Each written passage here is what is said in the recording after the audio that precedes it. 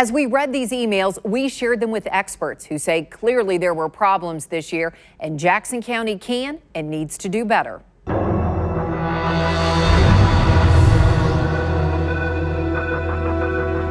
There needs to be more accurate information and staff. There's really no way to get around those two things, and this assessment reflects that. You must verify sales and really know the market. And you need people in the field to look at homes and verify things. Pictures and sales trends don't cut it, according to former Jackson County Assessor Curtis Coons. When you read these emails, do you think they know they've got a mess? Yes, I think they know they've got a mess.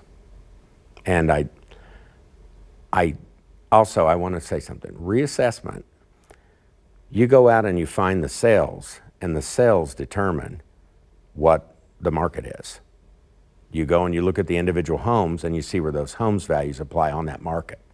You do not target a market and say, I think everything's 50% too low or 100% too low, and then go out first and then try to justify how you did it later.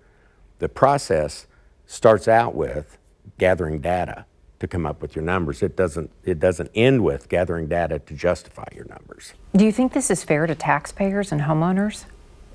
Of course it isn't. And I would suggest to every taxpayer out there that they ask to see the comps, the comparable properties. How did someone arrive at value for your property? Look at the 3 comparables that they have for your property. Ask for them. You have a right to know. I know you've worked on a lot of assessments, a lot of states. Have you ever seen anything this messy? No, and it's going to be very costly to build a department, but that's the only solution. That's what everyone else in the country does, and that's what Jackson County's going to have to do as well. So what do you do with this year? Almost everyone agrees whatever you do next will be sharply criticized as unfair. But at this point, fair is probably out of the window. Fair would have been a competent process rooted in data that was verified in the field. The proposal is tabled. Here's who could discuss overall solutions, and that's the Board of Equalization. That's who homeowners can appeal to. But remember, they are hearing individual cases.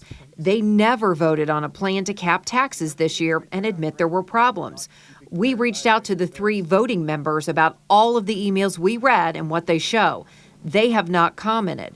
The final solution could come from the State Tax Commission, which has really taken a backseat approach. They are waiting and watching for that Board of Equalization to do something. All right, we are adjourned.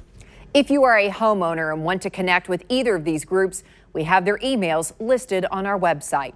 Angie Racono, KCTV5 News. Our investigation continues online, and we will keep following what happens next with your property taxes.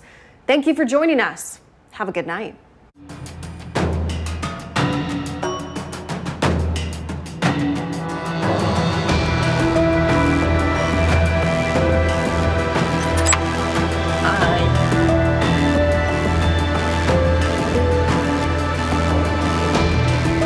Such a big concentration of a burden on so few. They have double the square feet are paying the exact same what this is.